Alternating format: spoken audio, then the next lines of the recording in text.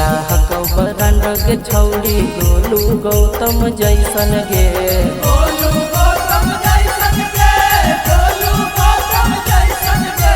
मारा ना हमरा पलाइन गे हियो हम रौशन के भाई गे। मारा ना हमरा पलाइन गे हियो हम रौशन के भाई गे।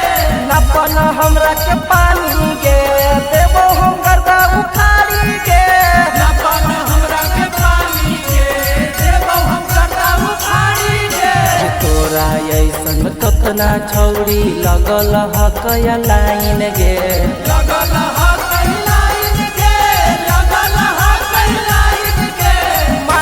हमरा पलाइन गे हियो हम रौशन के भाई गे।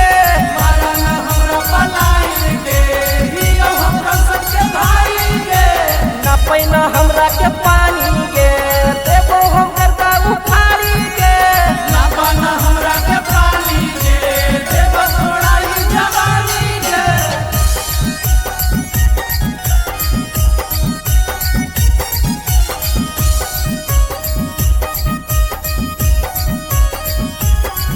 Music by Sonu remix Koderma. ये रौशन रोही में बसो परान गे। बसो परान गे बसो परान गे। दिल पर लिखले हियो तोरे नाम गे। दिल पर लिखले हियो तोरे नाम गे।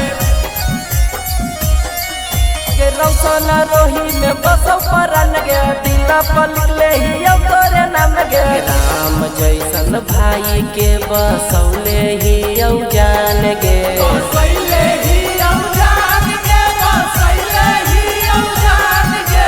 मारै न हमरा पलाइन गे हियो हम रौशन के भाई गे। मारा ना हमरा पलाइन गे हियो हम रौशन के भाई गे।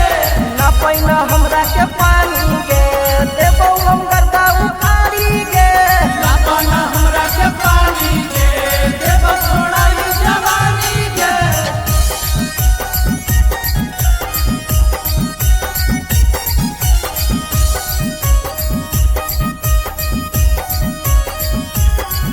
Music by Sonu remix Koderma. ये दिनों को दिनों गेली मोटाई गेली मोटाई गे गेली मोटाई। कौना ब्रांड के खैनी दवाई। कोना बरंड के खैनी दवाई। अगे दिनों को दिनों गेली मोटाई कौना ब्रांड के खैनी दवाई। चुनु पवन तोरा अब की देतौ सुइया लगाई गे।